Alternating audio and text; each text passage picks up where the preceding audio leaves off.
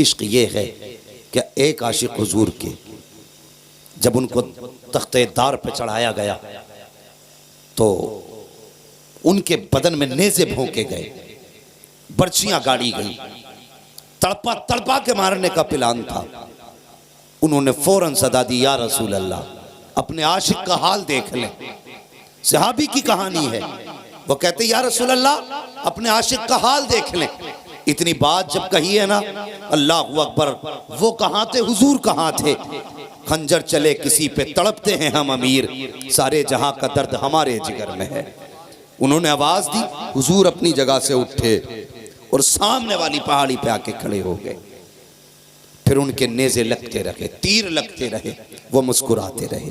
पूछा गया, इतने जख्मों पे भी मुस्कुरा रखे को? तो उन्होंने कहा था, जब सामने जाना हो तो दर्द का एहसास ही नहीं होता। ये इश्क था उनका, और वो जानते थे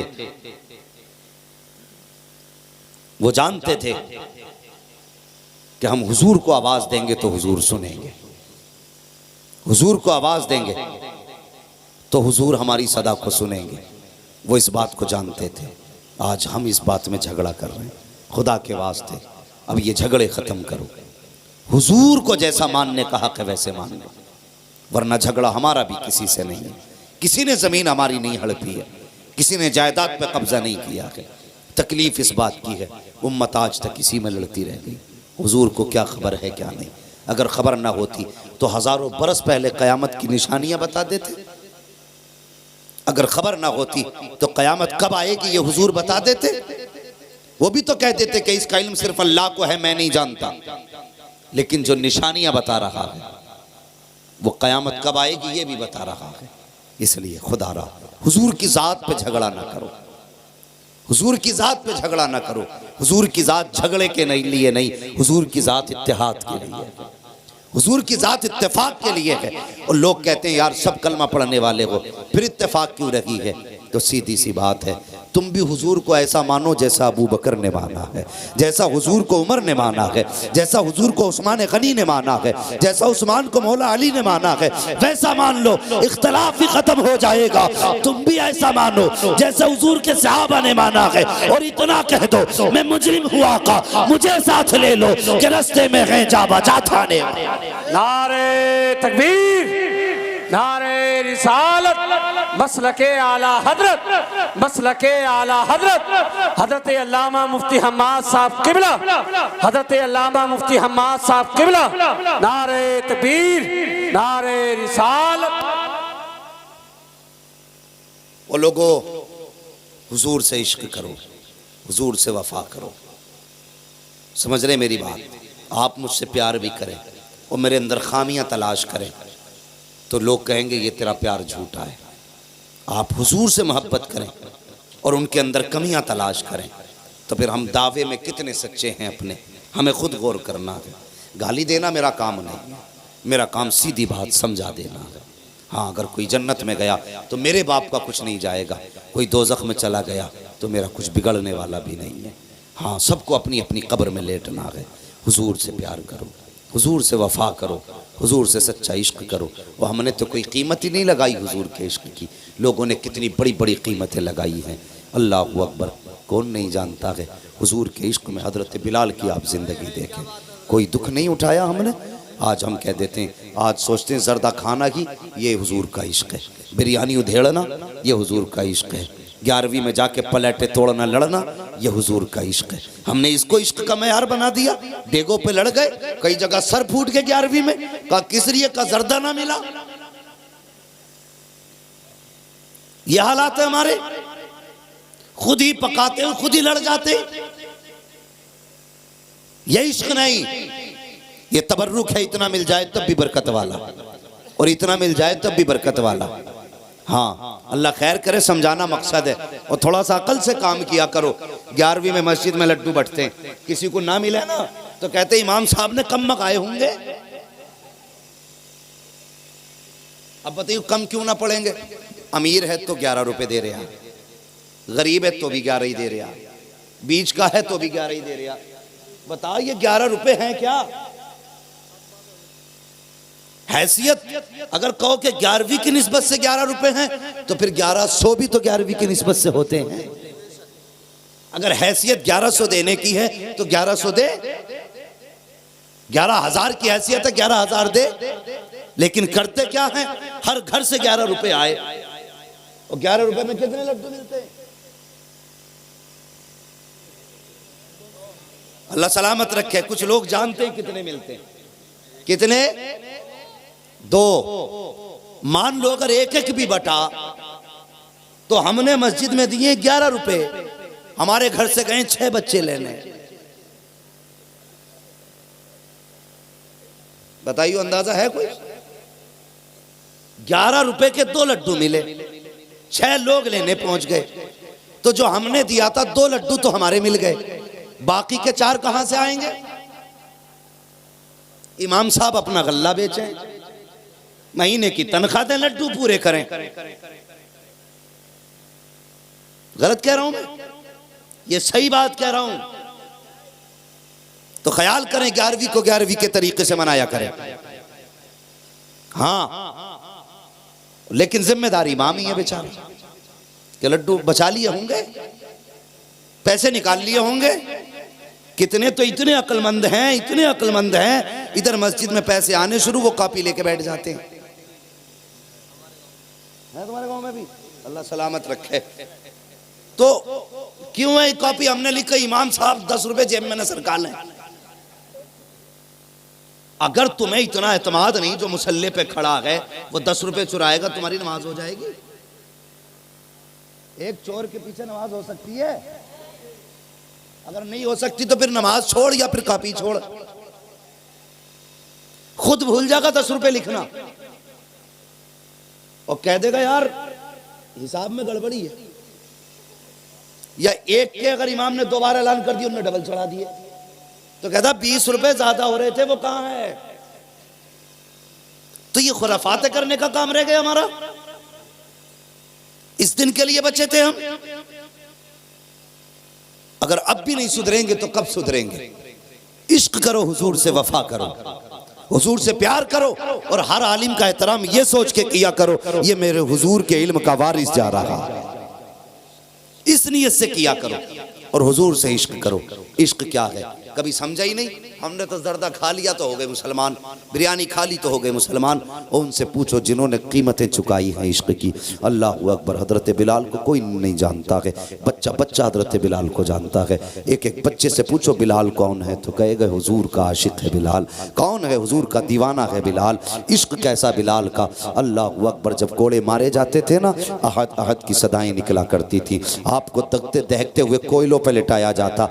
आज कहा जाए ना इस कोयले पे खड़ा हो वरना कलमा छोड़ दे, बंदा कह देगा कलमा छोड़ने तैयार हूं, कोयले पे न चढ़ाइए। ये उनका इश्क था। उनको नंगी पीट करके कोयलों पे लिटाया जाता, फिर उनकी खाल जलती, चर्बी पिघलती और कोयलों पे टपकती, वो बुझ जाया करते थे। फिर उनको कोयलों से हटाया जाता था, लेकिन फिर भी कहा जाता था बिलाल अब भी मान जा। तो मुस्कुरा के कहते थे जान तो दे सकता हूँ, दिया हुआ ईमान नहीं दे सकता हूँ। अल्लाह अकबर। ये इश्क था उनका। और इश्क हो हुजूर से तो फिर बंदा कहीं भी हो तन्हा नहीं होता है। अगर जंगल में भी सदा दे दे तो हुजूर का जलवा निगाहों के सामने होता है। यही बिलाल है। उमैया ने हाथ रखे तख्त के नीचे, दोनों पाए रखे हैं हाथ के ऊपर और उसके ऊपर से बैठ जाता है। जब उंगलियों पर तख्त का वजन आया, उंगलियां फटी, खून बहा। पहले तो चीख निकली, लेकिन फिर बिलाल सुकून से लेट जाते हैं। सारी रात सुकून में गुजरी है, लेकिन खून हाथ से बहता रहा। सुबह को उठ के उमैया ने कहा बता तो बिलाल आज की रात कैसी गुजरी है, अब तो कुछ सुधार आया होगा। हजरत बिलाल ने मुस्कुरा के कहा जितने सुकून की रात आज की गुजरी है, बिलाल की इससे बेहतर रात पहले नहीं गुजरी थी। का ताज्जुब होता है, सारी रात तेरे हाथ से खून बहता रहा, फिर भी तू कहता है सुकून की रात गुजरी है। का सुकून की रात कैसे गुजरी? तो बिलाल कहते हैं जब तूने मेरे हाथ के ऊपर तख्त का पाया रखा था, दर्द से चीख निकली थी, मैंने महबूब को पुकारा था। कब पुकारने की देर थी, हुजूर का जलवा निगाहों के सामने आ गया था। और जब जलवा सामने आया है तो फिर दर्द भूल गया। उनके इश्क की और हुस्न की मिठास ऐसी थी कि चेहरे में खो गया। रात कब गुजरी, कैसे गुजरी, पता न चला। तभी तो बरेली के इमाम कहते हैं जब आ गए हैं जोशे रहमत पे उनकी आंखें चलते बुझा दिए गए, रोते हंसा दिए।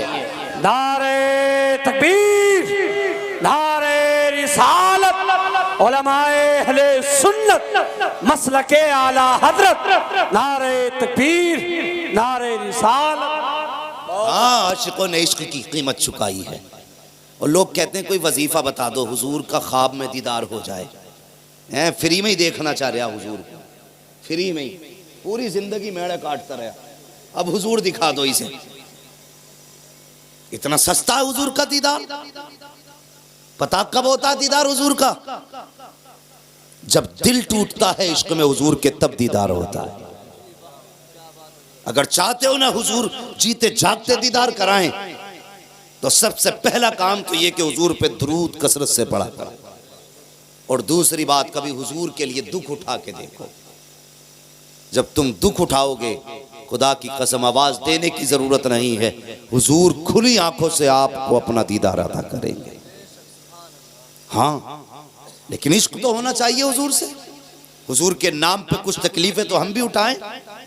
उस कौम से क्या उम्मीद की जा सकती है तकलीफ की जिसे दाढ़ी में भी वजन लगता हो? दाढ़ी रखने में वजन है।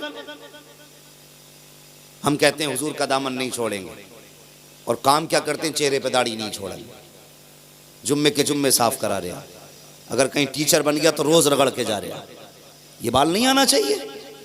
और जवानों, ये बाल इतनी बरकत वाले हैं, अगर इसकी हकीकत पता चल जाए ना तो एक बाल तक तुम नहीं कटाओगे। जितनी बरकत की चीज है दाढ़ी।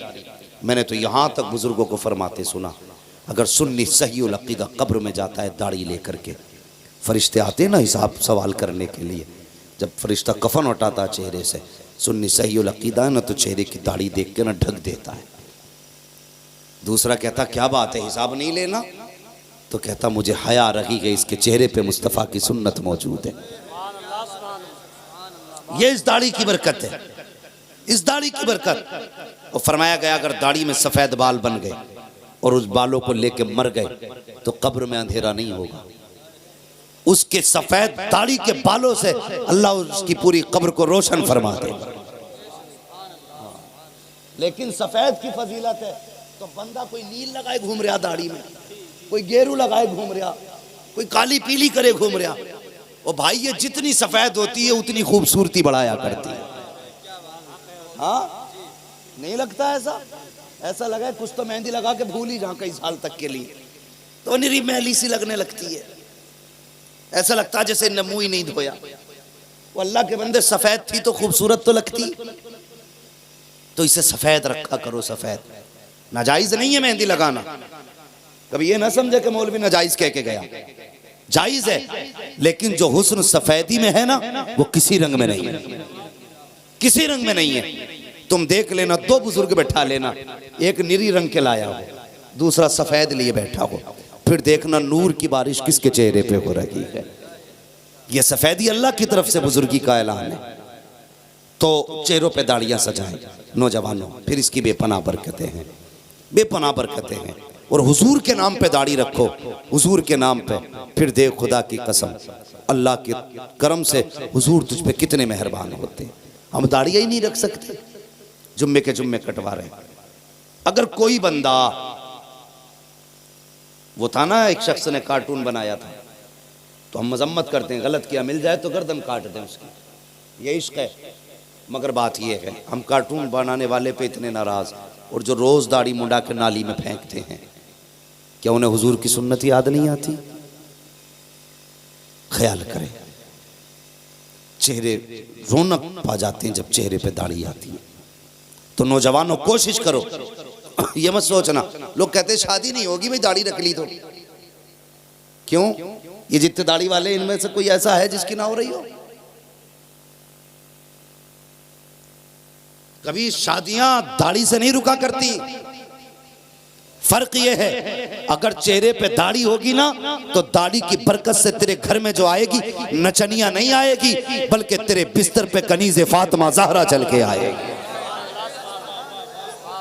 ये गारंटी।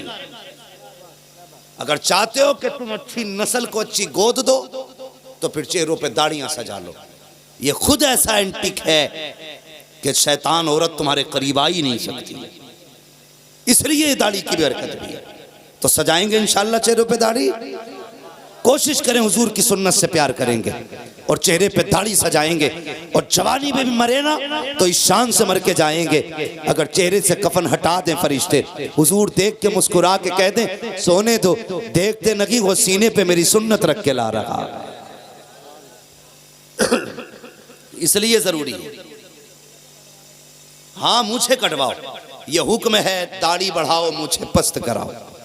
इतनी बड़ी मूछ मकरू है जो पानी वगैरह पीने में पानी में टच हो, समझ रहे? और ऐसी भी ना कि जो बिल्कुल ही साफ करा दो यहां तक। मूछ के चक्कर में पता ना क्या बने फिर रहे हैं।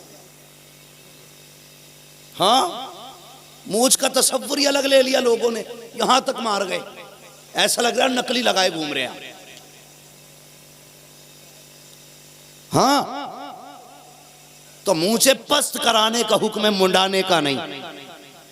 यह भी ख्याल रहे, मुंडाने में पस्त कराने में फर्क होता है।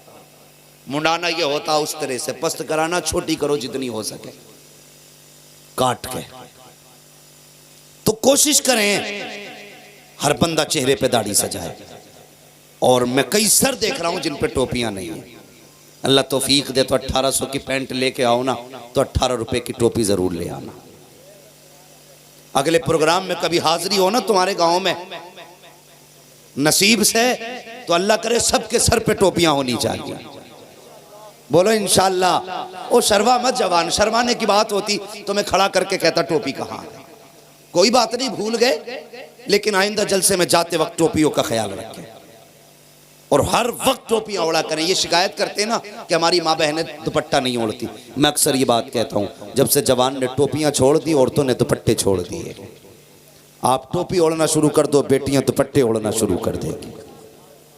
तो लाजिम करो टोपी को, हमारी पहचान है टोपी, हमारी शान है टोपी, और हम इसे ही नहीं ओढ़ते तो टोपी को लाजिम करो। मैं अर्ज कर रहा था लोगों ने इश्क की कीमतें चुकाई हैं।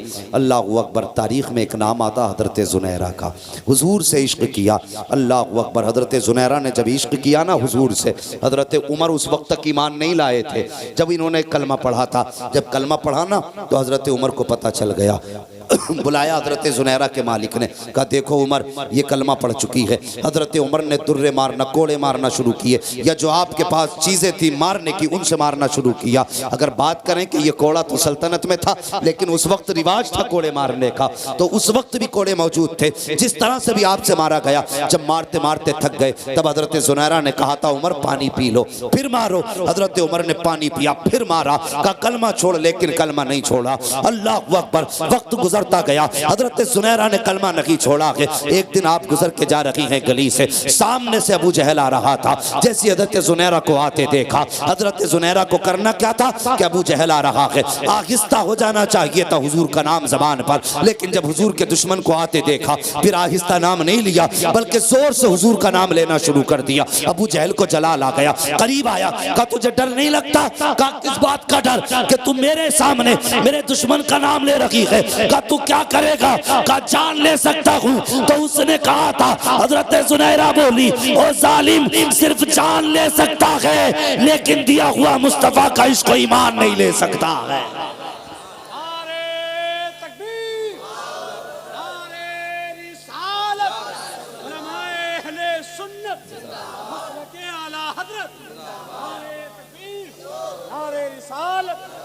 ये हज़रत ज़ुनैरा का इश्क है। अल्लाह अकबर जब कहा कि नहीं मानोगी, कहा नहीं, तो अल्लाह अकबर आपके हाथ बांधे गए और बांधने के बाद सरिये लोहे के पिघलाए गए, गर्म किए गए। उसके बाद हजरत जुनैरा की आंख के करीब किया गया। कहा जुनैरा अब तो सौदा होगा, या तो हुजूर का दाम छोड़ दे वरना तेरी आंख जलाई जाएगी, आज के बाद तू इस आंख से नहीं देख पाएगी। हजरत जुनैरा ने कहा आंख की औकात क्या है, हमें तो सांसें भी मिली हैं तो हुजूर के सदक़े में मिली हैं, तुझे जो करना है कर। अल्लाह अकबर, वो दहकती हुई सलाख, वो सरिया गरम आपकी आंख पे लगाया गया, आंख फूटी, खून बहने लगा। फिर दूसरा सरिया गरम किया गया। कहा जुनैरा अब तो मान जा, अगर अब भी नहीं मानोगी तो तेरी दूसरी आंख निकाली जाएगी। हजरत जुनैरा ने कहा जो चाहो कर लो, हुजूर का नाम नहीं छोड़ना है। दूसरी आंख पे भी गरम करके सरिया लगाया गया, दोनों आंखें फूट जाती हैं। हजरत जुनैरा की जबान पे शिकवा नहीं आया। फिर दुश्मनों ने कहा था जुनैरा अब चल एक काम करते हैं। कहा कौन सा काम? का एक काम तो कर, जिसके नाम पे तूने अपनी आंखें गवाई हैं, अब उसे आवाज दे, अगर उसमें पावर है तो वो आके तेरी रोशनी लौटा दे, अगर हो सके तो वो तेरे बंधे हुए हाथ खोल दे, बुला उसको। अगर तुझे लगता है वो तुमसे प्यार करता है तो आवाज दे के देख। हजरत जुनैरा ने इतना सुना है, चीख निकल जाती है हजरत जुनैरा को। उसी चौक में दुश्मनों ने छोड़ा है, हाथ बंधे है, जमीन पे पड़ी है हजरत जुनैरा, आंखों से खून बह रहा है। जब ताना हुजूर के इश्क का दिया गया तब हजरत जुनैरा ने आंसू बहाए और रो के कहती ए मेरे मालिक, मेरी एक आंख गई, मैंने शिकवा नहीं किया, मुझे कोड़ों से मारा गया, मैंने कोई शिकायत नहीं की, मुझ पे जुल्म किए गए, आज तक कोई शिकवा नहीं किया, मैंने दोनों आंखें गवा दी हैं, आज तक कोई शिकवा नहीं है मेरे मालिक। लेकिन आज बात तेरे महबूब की शान की आ गई है, आज उनकी इज्जत व अजमत की आ गई है। ए मालिक मेरे महबूब तक मेरी खबर पहुंचा दे। ये कहते कहते रोने लग जाती है। कुछ देर गुजरी है, हवा का झोंका आया, उस झोंके के अंदर नबुव्वत की भीनी भीनी खुशबू आने लग जाती है। जुनैरा समझ जाती है ये खुशबू तो मेरे महबूब की है, ये भीनी भीनी खुशबू तो मेरे आका की है। अल्लाह अकबर। जब हुजूर करीब पहुंचे हैं, हजरत जुनैरा रो रही है। आका फरमाते जुनैरा इस बात पर रो रही हो कि आंखों की रोशनी चली गई है, इसलिए रो रही हो कि अब जमाना नहीं देख पाओगी? कहते नहीं या रसूल अल्लाह, इसलिए नहीं रोई कि दुनिया की बहारें नहीं देखूंगी, बल्कि इसलिए रो रही हूँ कि आज के बाद हुजूर का जलवा कैसे देखूंगी, महबूब का चेहरा कैसे देखूंगी। अल्लाह अकबर। फिर उसके बाद हजरत जुनैरा ने कहा था या रसूल अल्लाह मेरे आंखें गवा दी गई हैं, लेकिन दर्द इस बात का है कि आपको कैसे देखूंगी। मेरे हुजूर ने अपना लुआब दहन लिया और लेने के बाद हजरत जुनैरा की आंखों पे लगाया, बस लुआब दहन का लगना था। हजरत जुनैरा कहती है फिर जो आंखों के में रोशनी आई है, ऐसा लग रहा था कि इससे बेहतर रोशनी आज से पहले भी नहीं थी, जैसी अब आई है। तभी तो बरेली के इमाम ने कहा है कौन देता है देने को मुंह चाहिए, देने वाला है सच्चा हमारा नबी। नारे तकबीर, नारे रिसालत, मसलके आला हजरत, मसलके आला हजरत, नारे तकबीर, नारे रिसालत। बहुत अच्छे, जिंदाबाद जिंदाबाद। अल्लाह अकबर। ये हुजूर का इश्क। और उसके बाद हजरत जुनैरा ने जब आंखों की रोशनी आ गई फिर आवाज दी, कहाँ है अब वो लोग जो मेरे महबूब को चैलेंज कर रहे थे? और कहा सुनो जालिमो, अगर तुम आंखें लेना जानते हो तो मेरा महबूब आंखें देना जानता है। हाँ, मैंने कहा था इश्क में जब कोई कीमत दी जाती है ना तब इश्क कामयाब होता है, तब इश्क कामयाब होता है। जवानों हुजूर से इश्क करो, हुजूर से प्यार करो, हुजूर से वफा करो, यही असले जिंदगी है। माँ बाप की इज्जत करो, इनकी कदर करो। और छोटे छोटे बच्चे जो मेरे सामने बैठे, इनसे गुजारिश करना चाहता हूँ, अगर चाहते हो ना कि तुम्हारी जिंदगी भी एक रोशन जिंदगी बने तो बेटे मोबाइल छोड़ देना, किताबें पकड़ लेना। ये उम्र पढ़ने की है। अगर अब मेहनत कर लोगे तो जिंदगी भर ऐश करोगे, और अगर अब ऐश करोगे तो पूरी जिंदगी मजदूरी में गुजरेगी।